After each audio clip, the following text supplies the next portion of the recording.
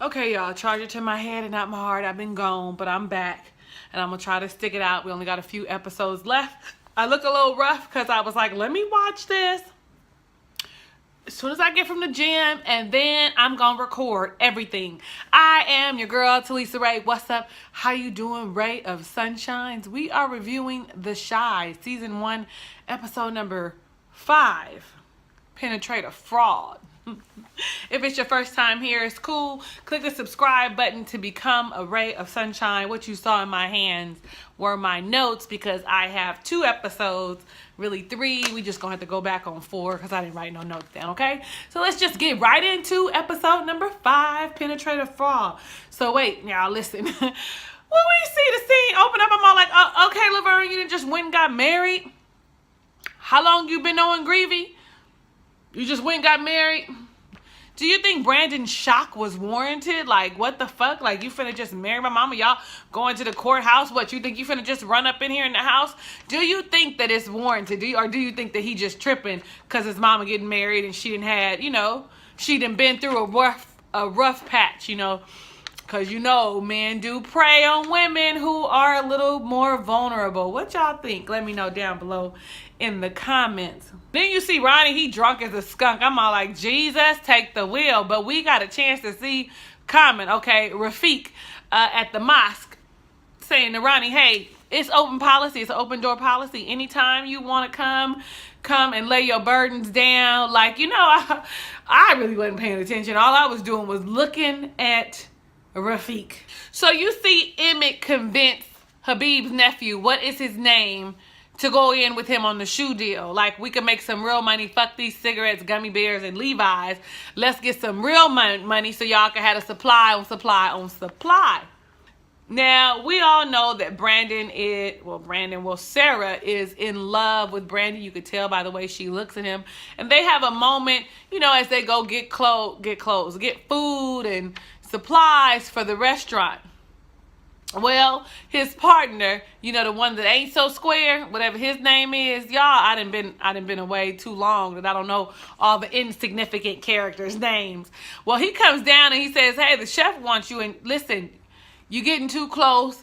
Everybody is noticing. People are starting to talk. Listen, right now, it's harmless. Brandon hasn't done anything with old Sarah. But, honey, we could tell that Sarah wants him. We could tell when Sarah goes to take off her shirt, to change her shirt, like she is intentionally making it easy for Brandon to see her goodies, honey. Y'all act like she couldn't go to the side somewhere. You know damn well she was trying to show him what she got, and he wasn't gonna miss it because he is a MAN, okay? I'm looking, I ain't touching, I'm just looking. But you know, I'm sorry that you saw me. I'm sorry. Nigga, just go with it. She did it on purpose. You know you was looking too.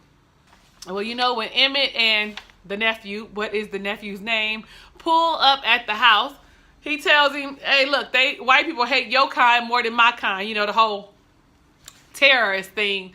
But she comes out and she has her wine, and you can tell that she's a little apprehensive, but she's also somewhat drunk, right? So he asked about the shoes that go around to the back, and the collection is sickening from what I understand. Like, I'm not a shoe person, so I wouldn't know. But the collection is sickening, and she sells them the collection. Now, Emmitt had already said that the collection was worth 10 grand. Habib's nephew was like, I only brought 5, or only bought half of it. I didn't bring all of it. So they needed to do some negotiation. But they got excited about the shoes and shit, and she cut a deal with them for 5 grand and made them to lunch. They went on their way, honey. And the reason she was selling the shoes was a valid enough reason. He cheated on me with my sister. My sister is blown out from them 3 kids she done had. She pee every time she laughed. I mean, meaning her pussy ain't no good. He fucked her anyway. I was like, oh, that's too much. You know, these white people is too much. They too much. She kind of looked like Sabrina the Teenage Witch's auntie. Y'all remember that show? I'm dating my... So then we see Tracy and Cruz, okay? Tracy comes out the house and there's Cruz, and the bitch just spills all the beans. He asked one question, have you seen Ronnie? Maybe. Turned into yes. And he came with the phone. I was like, girl, I don't want you on my team. Honey, don't nobody want you as their girl, especially if they is a hood nigga. Because, baby, you was, like, singing like a bird. I was like, girl, hush. You not with the business. I got to go to work. Like, you really don't give a fuck about Ronnie. He went through a lot of trouble for you. You really don't give a fuck about Ronnie. Here's the reason why I need to review episode 4, because I'm talking about you really don't give a fuck about Ronnie. I know that this is just a television show, but let me tell you something. Q scares me to no end. Like, when I say scares me, like, not the kind you want to fuck with, not the kind that's overtly scary, not like in your face, but watch what you say, watch what you do. Them cool, calm, collected kind, them real laid back kind is the ones you really need to watch out for, not the ones that's rah in your face. He kind of scared me. Like, he's very methodical in his logic and his thinking. Like, there's a plan constantly going through his head, and you can see it, and he scares me.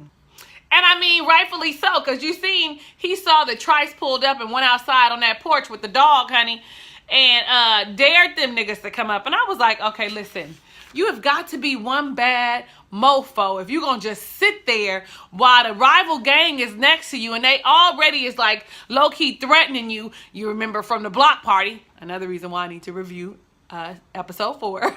But you see him like not giving a fuck with his paper and the dog.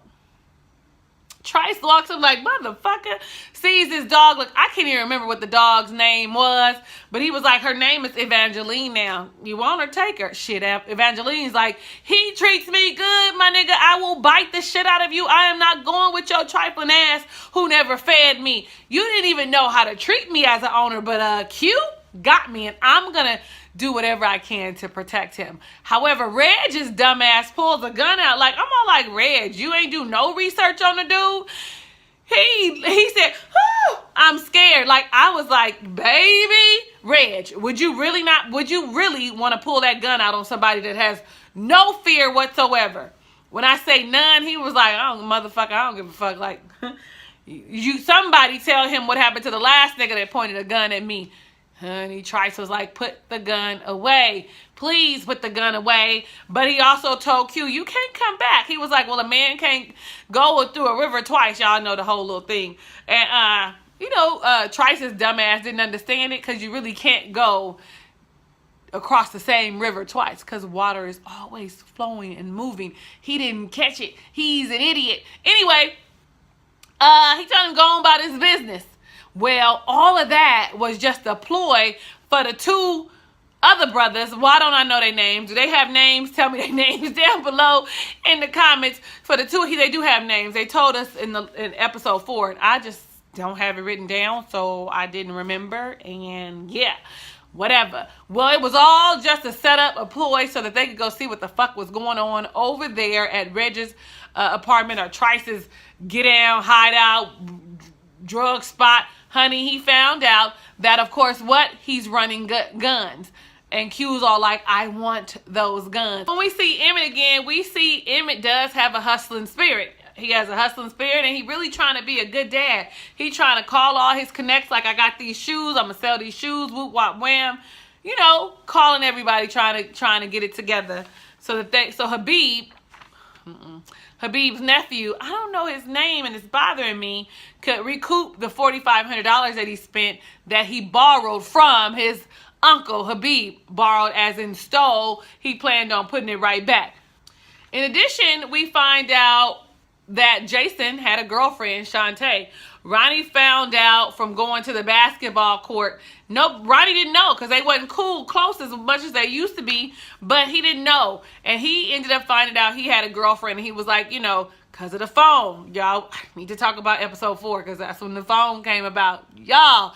Anyway, because he had the phone, he was like, do you know the code? Well, I don't know the code. You talk to his girlfriend? Like, go, that's who know. Yeah, y'all know how it be. Especially if y'all love each other for real. Ain't really no secrets, right? Ain't really no secrets, especially when we see later on. But even if it is, she know the code. Don't ever think she don't know the code. She just ain't going through your phone because she trusts you and you're deserving of it, right? You're a loyal, faithful man. So you're deserving of her not going through your fucking phone. You haven't given her a reason. So she doesn't have to use her code she doesn't have to use a code. She doesn't have to flex her muscles showing you, hey, I got it. Hey, I know what it is. You know what I'm saying? She don't have to do that to you because she trusts you. You're loyal. You're faithful. Yeah, y'all working out real good. What's Emmett's mama's name? This is a damn shame. I don't know nobody's name no more. Okay, so when I review next episode, I'll know everybody's name again, okay? Well, Miss Ethel is all like, I want to take you to go get your nails done because you deserved it. You helped me and you look like you need your nails done. You doing them by yourself ain't working out for you. But when they in there, it is hilarious. Yes, I'm skipping around. It is hilarious, honey. Miss Ethel is giving Emmett's mom some love advice, honey. Get your shit worked on because pressure bust pipes. Your pipes is getting rusty and you want to get it while the getting is good before you get too old and don't nobody want it. Honey, she is giving it to them. Come on down to the Bible study. Honey, Miss Ethel say you need to get worked over. That's going to help relieve some stress. So then we see Emmitt like hustling. All the people coming and buying all the shoes, a police officer, some white kids, some hood dudes. And then all of a sudden this dude in this lowrider or Regal or whatever the fuck he was in, I really couldn't tell. I think it was just a Regal, a blue, cobalt blue Regal. Come up and he's like, yeah, I got some 14s or whatever. And the dude is like, what? You trying to penetrate a fraud? These is fake. Honey, the white lady done sold them fake knockoff tennis shoes. Hello, somebody, Emmitt. Hello, Emmitt. Ain't you the dude? Hello, Emmitt. Anybody? Hello, hello, hello. He got Emmitt with him. The guy pulls a gun out of him. I'm all like, Jesus, I can't handle nobody else dying in this damn first season. Like, it's too much. Emmitt can't die. He a main character. Like, y'all that took Coogie and I wanted him to stay. We never got to meet Jason. Please, oh, please don't kill Emmitt. We thought Ronnie was going to die, honey. It's too much. You understand what I'm saying? It's too much. So then we see the backyard party. Well, when Laverne and Greavy said they had gotten married, they also said that they were going to have a backyard party. And of course, Brandon's mom, Laverne, wanted him to be there. And Brandon wasn't having it. He had walked off and Greavy went after him and said, come on, just be happy for your mama. And what we found out was that Brandon just was like tired of seeing his mama hurt and tired of having to pick up the pieces. You know, Laverne was hurt by his daddy and then by Coogie's daddy, and now he's afraid it's going to happen again with Greavy, right? Well, the backyard party is going and Laverne won't come out because Laverne really wants her son, her now one and only living son, to be there to celebrate in her happiness with him. And I mean, you can totally understand that. Even if I'm making a bad decision, come on and support me, son. Like, I think I could hear me telling my children, come on and support me, son. Regardless of if you think this is a bad decision, I need you to be here for me. I made the decision and you're going to be here if he goes. But let's hope that I make the right decision, that this is the right decision, and that he's the man for me. Okay? So anyway, she doesn't want to come outside. But then all of a sudden we cut off to, what is Emmett's mama's name? I don't know nobody's name no more. Emmett's mama, I'm hoping it comes up in my head, but it hasn't. Emmett's mom is taking a bath. She's happy that Emmitt ain't there. Emmitt and the baby not there. All that fucking noise. So she said, let me relax and take me a bath. Honey, let me tell you something. If you don't have a shower head that has extra strong, fast jets, then you missing out, honey. Because that is the lick for a single woman that ain't got no man. That shower head is gonna help relieve the pressure. And you saw that with the mama. The mama said, fuck it, let me get me some of myself. I need to get this off. Because, well, guess what? Miss Ethel was right. She had waited way too long. 5 years from a real date. Girl, go and get you some. Fuck it, 2 peas in a bucket. So then, here's a shocker. We see Ronnie go to Shantae's house, and she's hesitant to let him in. But when she lets him in, honey, she's got a round basketball baby. She's got a round basketball belly, and baby, it is none other than Jason's. And not only that, Tracy knows about her being pregnant. So my whole thing is, your son died. You have a piece of him coming and you ain't finna. I get that you wanted more for him, but this is the girl he chose and you just gonna let her go by the wayside. Well, Long story short, she knew the code and unlocked the phone for him. And as he walked out, who was waiting on him? Cruz was waiting on him. This nigga know where he at everywhere. Like, how did he know that he was at Shante House? Well, he come out and hit him up.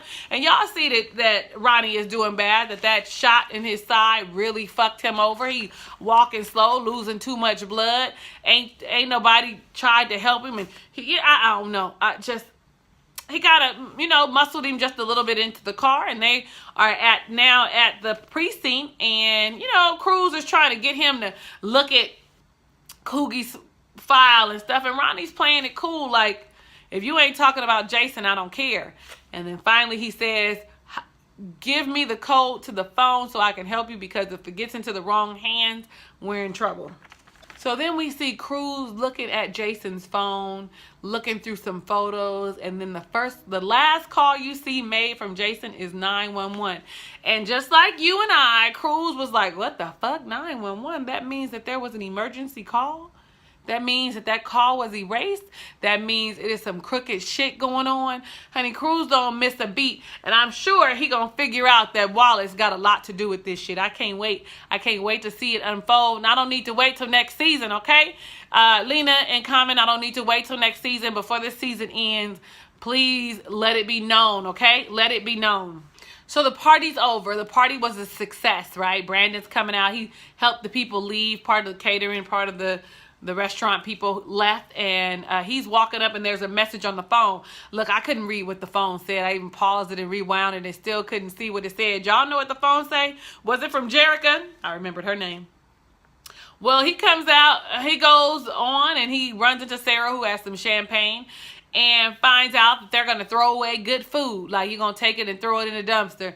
Real life, that's what happens. Like, real life, you could feed people with that shit. Like, not waste it and then be able to write that shit off. Well, he says, don't throw it away. I got the best place for it. And they go to the backyard party. And of course, the food is a hit. Greavy is glad that he's there. And Laverne is even more ecstatic, saying, I knew that you would come to the party. I knew that you would show up, son. More like, I'm so happy to see you. And I'm glad you didn't let me down. I knew you wouldn't let me down. And, then he gets up and he gives this heartwarming speech about he's glad that his mom is happy, and he should be, even if it is just for a while, or even if he thinks that Greavy's a bad guy because of all that she's gone through by losing her son. And then goes on to say, Greavy, you all right? Because Greavy promised to take care of his mother. That's what he said to him outside in the very first scene of the episode. But here we go. We knew it was going to happen. But here we go. We knew it was going to happen. We just thought maybe Brandon was going to initiate it. Nah, Sarah married ass. She married to the chef. The chef going to kill both of their asses when he finds out. Went in for a kiss.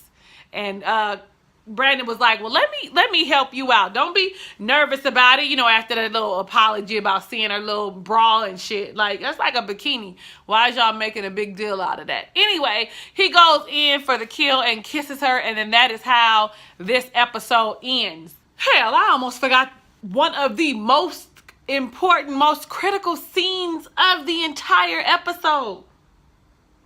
I told y'all Q wasn't to be played with. Trice's little gang is not prepared for the shit that Q comes with. Like, how is your whole fucking camp sleep? How does somebody walk up in your fucking house, look at all of y'all, look through all the house, and shoots every fucking body dead, then takes all of your guns? Whole house dead. You see the flash from the silencers and shit. They're all dead. Everybody up in that house is dead. Who was in the house, though? Was Reg in the house? Yeah, we knew it was coming, though. I just didn't think it was coming that soon. But, baby, they wasn't ready, and it was only the three of them. We saw the three of them, one of which Q with his old ass was in the house with them. I'm not gonna let them just get all the fun. This is fun. They wasn't ready. Do not forget to leave a comment about how you felt about this whole episode, the Sarah Brandon situation. Oh, because I didn't review 4, Tracy had something to do with Q, right? That's the type of nigga she deal with, right? So what y'all think about that? What was their relationship like? Is Q Jason's daddy? Like, see, I need to go back and do 4. What do y'all think about Emmett and the nephew? I don't know his name. Forgive me. I am your girl, Talisa Ray. Thank you so much for watching my review on The Chi, episode 1, season 1, episode number 5, Perpetrator Fraud. Hugs and kisses and lots of love. I'll see you on the next video.